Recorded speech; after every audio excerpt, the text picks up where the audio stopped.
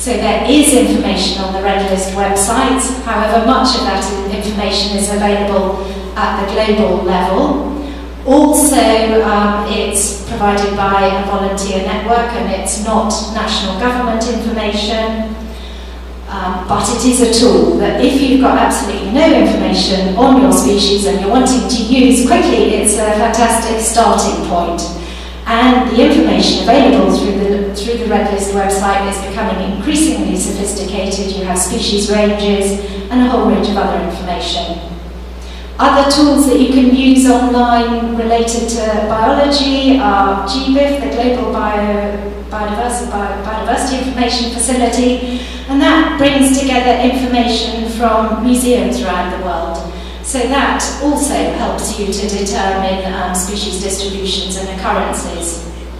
Another online tool is the Encyclopedia of Life, which is rolling out background information on, I think they're now up to over 1 million species.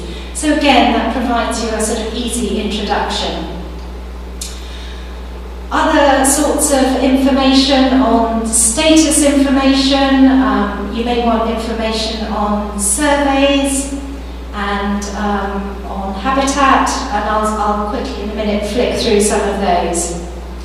On management, UNEP WCMC provides the species database, which also links with the CITES databases, and our vision is for the future that it will be part of the species data, the big CITES information support facility. So that provides information on names, distributions, and legislation. The other database that UNEP WCMC manages is the CITES trade database, and that holds all the information that the parties provide from their annual transactions. Then, if you're looking at monitoring, again, there are some online tools related to some of the specialist groups and some of the specialist groups in conjunction with UN agencies. So, for example, the CITES MIC database, and that sort of thing has information related to monitoring. And then if you're thinking about protected area information, the Protected Planet and the World Database on Protected Areas information is available. So this is just an example of a population survey tool. This was put together by WCMC with the African Crocodile Specialist Group. And this tool provides information on the different crocodile species. It also allows you to collect together when a whole range of different surveys over time, when the survey was done, which country it was done in, the author, and there will also be information about the survey methodology as well. So the aim here is to try and bring together all the disparate information on surveys that have been done, so that you can look at the methodology, see how compatible they are, and see whether you can start to get trend information. One of the issues with population monitoring is that people do individual surveys, and then a new researcher will go back, do another survey, and the data isn't necessarily collected together. So increasingly groups are starting to try and compile this information. So this is one for the Crocodile Specialist Group. The African Elephant Specialist Group is doing the same thing. The Primate Specialist Group is also pulling together information. So again, it's trying to build an increasingly robust body of data available in a transparent manner, and that is transparent because the survey methodologies are available too. Another area that you need to think about is the habitat. So, do you know the distribution of the species within your country? But do you know how much habitat there is there, and therefore whether it's actually likely to occur in those areas? And increasingly with deforestation, we're seeing habitat loss. And this is a tool that aims to use crowdsourcing to try and improve our habitat maps. And this is a tool that's been developed particularly in relation to maps of mangroves, seagrasses and coral reefs. And so in a CITES context, if you were making a non-detriment finding for a seahorse, you might think, okay, well, we've found some data in our country from 20 years ago about the extent of seagrass beds, but do we know what's happening now? And by using this tool, the idea is that you get crowdsourcing to look at satellite images to update our data on the area of the seagrass beds, and so that will give you some indication of whether your seahorse population may have declined or expanded over time. So now we move on to the species database. This is an example of the database. It's used for a range of different purposes. It's used for CITES purposes. It's also used for regional purposes too. And this is the entry page that's been prepared under the EU wildlife trade regulations. And this provides information, as I said, on nomenclature, and often you'll find that the legal nomenclature is different from the scientific nomenclature. And so, for example, if we think about, and also the legal nomenclature will vary from one convention to another. So the Convention on Migratory Species recognises 2 species of African elephant, CITES recognise 1, and the specialist group also recognise 1. So there may be differences between your nomenclatures, taxonomies, and this provides the legal nomenclature. It also provides information on the recognised national distributions as well, with references to support those distributions. It provides information on legislation such as whether there are trade suspensions in place, quotas, and trade restrictions. And down below you've got the CITES entry website and also the WCMC species website. And if you go, the species website includes species other than just CITES species and CMS species. Then we've talked about the trade database. The trade database is also listed to these tools, online tools, the CITES trade data dashboards. So if you just want a quick idea of levels of trade, you can go to the CITES trade data dashboards, and those provide analyses that have already been conducted. But if you're making a non-detriment finding, ideally what you want to go to is the CITES trade database.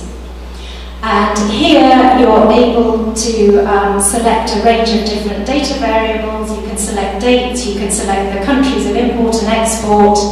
You can also select the different terms in trade. So do you just want to look at live specimens, or do you want to look at the derivatives from those live specimens? It might be trophies in the case of trophy hunting.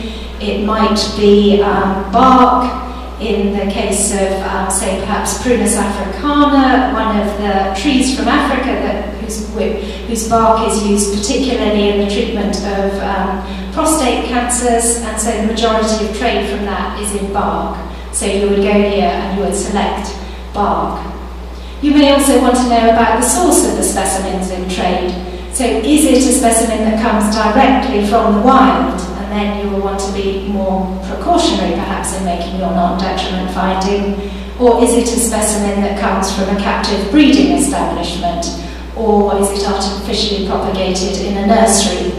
And in those cases, you will also want to think about the regulation of those captive breeding establishments and nurseries. And then do you think about the purpose of the trade? So has the majority of the trade in the past been for scientific specimens, just for research purposes? Is the majority of trade for commercial purposes? So there are a whole range of different questions, different sets of data that you can get out of the trade database. And there are now over 12 million records of trade in many of the 35,000 species that are listed on the CITES appendices. So it's a huge body of information. And once you've selected the data that you need, you can either just view it on the web, or you can download it in a CSV file, which you then import into Excel and do your data manipulations.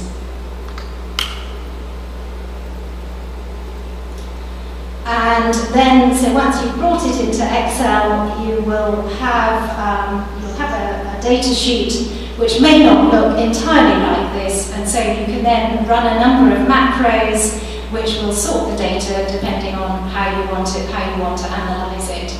And then eventually you come to the point where you have a graph, you can look at trends over time, you can compare trade to different countries and that sort of thing. And so this is a fantastic resource, not only for the CITES parties, but as I said, also for those of you who come from academia, because it's great if you're teaching statistics courses and you want to look at perhaps trends in trade, you want to look at standard, you're teaching about standard deviation, you want to look and see how much variation there has been in the trade over time. So you can use it for a range of different purposes. You may want to use this data and correlate it with other variables. So again, you could use it for your statistics courses. We've talked about annual reports. The parties are required to do that on an annual basis, and also they're not required to submit an annual report until 2 years after the trade transaction, or 2 years to 18 months. So that means that the data in the trade database is not completely up to date. And so, as Marcus has alluded to, the Convention is interested in developing electronic permitting, and one of the advantages of that electronic permitting would be that you could also capture a trade database in a real-time basis. And so in order to start moving towards that, WCMC, with support from the European Convention and in conjunction with the CITES Secretariat, have started to produce EPICs, the Electronic Permit Information Exchange. And there are some brochures about it on the tables. And the idea of this tool is that it allows parties to link up and query each other's trade transactions in a much more near real-time basis. So for importing countries, particularly in the European Union, they require their governments to look at the export before they issue an import permit. And so in order to do so, this tool enables them to liaise with the exporting country and to facilitate that checking of permits.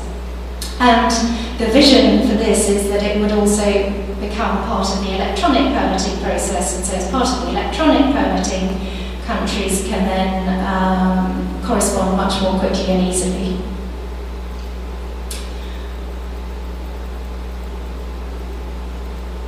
WCMC also produces a whole range of other tools as well that are designed to help the implementation of CITES.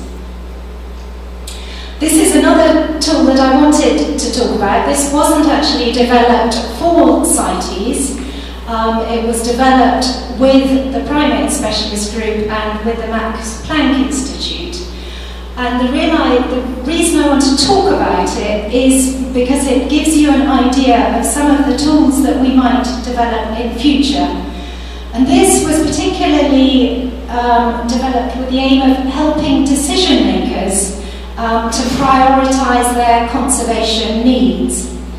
So the Primate Specialist Group has compiled vast quantities of information on primate populations around the globe, in this case great apes. There's also a large body of information on the habitat status, and from that you can put together, and they've also collected together information on threats to those habitats. So whether there is threat from deforestation, whether there are different sorts of threats, perhaps there are roads going through areas, in which case you may infer that there's potential for greater poaching.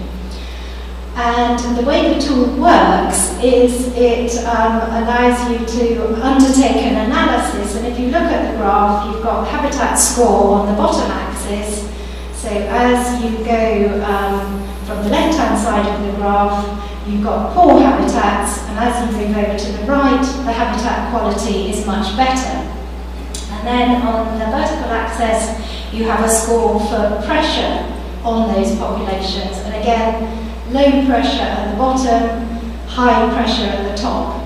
So in a CITES context, obviously this is grade 8, so this is a very different question, but if, for example, you thought that this was, I don't know, this was perhaps Nile crocodiles, and you wanted to think about Nile crocodiles, if you looked at the graph and you looked at the, if you looked at these populations, you would see that they have a relatively low pressure score, but they also have relatively poor habitats. And if you come across to this side, they have relatively poor external pressures, but a good amount of habitat. So these populations could be the ones that are more robust to trade. So this is just how these sorts of tools could develop in the future. And then at the bottom of the graph, you're also able to print out a table of the different populations. So that is a potential development for future. If you're making a CITES non-detriment finding, we've talked about the fact you need to think about what proportion of your population may be well protected in protected areas, whether they be strict protected areas, whether they be game control areas, hunting reserves, what have you. And so again, Protected Planet, which is developed in conjunction with IUCN and gets information from national protected areas managers and also the World Commission on Protected Areas have provided information on the extent of protected areas, and this is available on the Protected Planet website. And this shows Tanzania. If you're interested perhaps in trophy hunting of lions, you could go to the Selous Game Reserve and you can have a look at the information that is available on the Selous. No, sorry.